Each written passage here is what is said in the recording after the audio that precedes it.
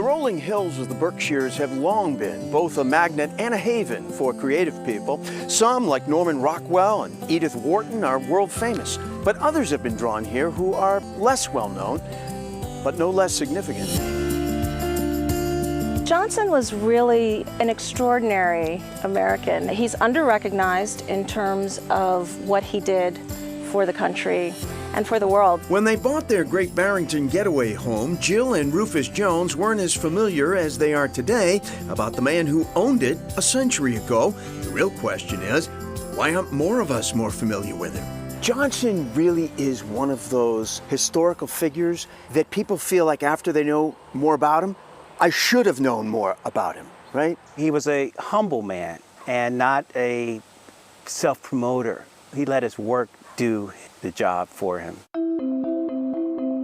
And his work was unrelentingly prolific and dizzyingly diverse. Born in 1871, James Weldon Johnson was a celebrated writer and poet, a voice of the famed Harlem Renaissance. He was also a lawyer, and in 1920 became the first leader of the NAACP. He was a diplomat for President Teddy Roosevelt, became the first African-American professor at New York University, and collaborated with his brother in composing music, including his lyrics for Lift Every Voice and Sing, often referred to as the Black National Anthem. Lift every voice and sing. What's so fascinating to me about Johnson is all these places in which he appears and in really major roles. Right? He's a leading player, the first to do things in so many areas.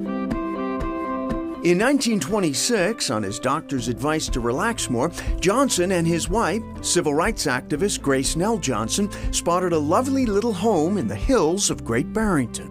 Grace and I studied the possibilities and decided that we could remodel the barn, keeping the interior with the old hand-hewn beams just as it was. So, Rufus, this is the original interior of the barn. It is. We tried to keep it as it was in 1926.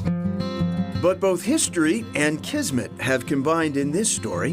In 2010, Harvard's Dr. Sandra Catherine Wilson, the executor of the James Weldon Johnson Literary Estate, passed away, bequeathing the literary estate to Jill Jones. A year later, on a snowy winter day, Jill and Rufus found themselves with a realtor looking at Johnson's former home. There was no furniture, and there were 2 rays of sun coming straight down from tall windows, and I felt embraced, and this was going to be our place. And so it has been, including Johnson's original writing cabin, which even locals believed had long since been reclaimed by the woods. Surprise! Surprise. It exists. At the cabin, Johnson wrote many of his signature works, including his autobiography in 1934. So watch your step. Yeah. The vision is to restore it to almost exactly how it was when Johnson had it. We want artists to be able to come in and spend the day in the cabin finding their inspiration. And they are coming in, though not to the cabin yet. In 2016, the Joneses created the nonprofit James Weldon Johnson Foundation. Artist Maclina Gomes received the first artistic fellowship. They're looking at supporting artists who are going to illuminate his story through visual arts. They're looking at the cabin as a metaphor, but also a physical space where writers, researchers, students can go and learn. Indeed, John Weinstein, provost of neighboring Bard College at Simon's Rock, sees the simple existence of Johnson's writing cabin here as a gift. One of the many reasons I love bringing student groups there, we'll go and look in the cabin, and then we'll sit in a circle and read a passage from God's Trombones, written in that cabin. Do you feel in many ways that you are, as well as residents of Johnson's home, stewards of his legacy too?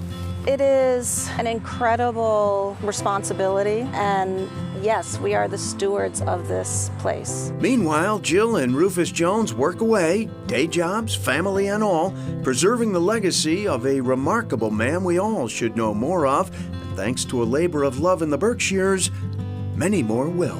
It's a blessing to be here, to have this responsibility.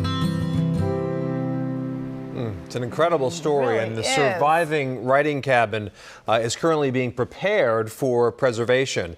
And the idea is that it'll be sort of a teaching and a learning center for other writers and artists and researchers to come and use. That's so cool. All right, and part of what makes the cabin location so significant is that while the Berkshires have been home to many famous artists, there are almost no surviving homes of African American artists who lived there and created there.